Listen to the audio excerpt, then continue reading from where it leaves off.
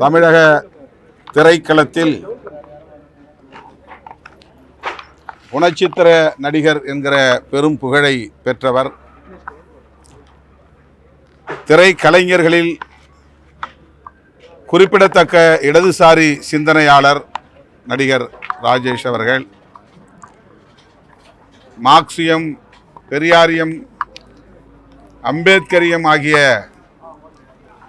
கொள்கைகளில் ஈடுபாடுள்ளவர். அந்த கொள்கைகளை உள்வாங்கிக் கொண்டு அதன் அடிப்படையில் திரைக்களத்திலும் செயலாற்றியவர்.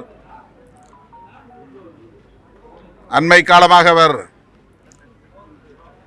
யூடியூப் சேனல்களில் உடல் நலம் குறித்த விழிப்புணர்வு கருத்துக்களை வெகுவாக பரப்பிக் கொண்டிருந்தார். எனக்கு மிகவும் நெருக்கமானவர், என் மீது அளவு கடந்த பற்றுதலை கொண்டவர். அவ்வப்போது எனது அலுவலகம் தேடி வந்து எனக்கு அறிவுரைகளை வழங்கியவர். உடல்நலத்தை எவ்வாறு பாதுகாத்து கொள்ள வேண்டும் என்பது குறித்து. அத்துடன்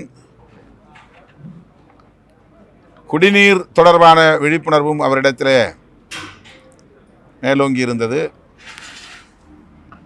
அந்த குடிநீரையும் எனக்கு அவர் அறிமுகப்படுத்தினார். அவ்வப்போது தொலைபேசியிலே தொடர்பு கொண்டு என்னுடைய உடல்நலம் குறித்து விசாரிப்பதோடு அரசியலுக்கும் வாழ்த்துக்களை தெரிவிப்பார். நான் எழுதிய அமைப்பாய் திரள்வோம் நூலை அவரே வந்து வாங்கி சென்று படித்தார், பாராட்டியிருக்கிறார். அப்படி எனக்கு மிகவும் நெருக்கமாக இருந்தவர். இடதுசாரி அரசியலோடு ஈடுபாடு கொண்டவர். இன்று நம்மிடையே இல்லை என்பது மிகுந்த துயரம் அளிக்கிறது. அவருடைய இழப்பு ஈடு செய்ய முடியாதது. தமிழ் திரைக்களத்திற்கு மட்டுமல்ல, தமிழகத்திற்கே நேர்ந்த ஒரு பேரிழப்பு. அவரை இழந்து வாடுகிற அவருடைய குடும்பத்தினருக்கும் திரை உலகத்தை சார்ந்த தோழர்களுக்கும் எனது ஆழ்ந்த இரங்கலை தெரிவித்துக் கொள்கிறேன்.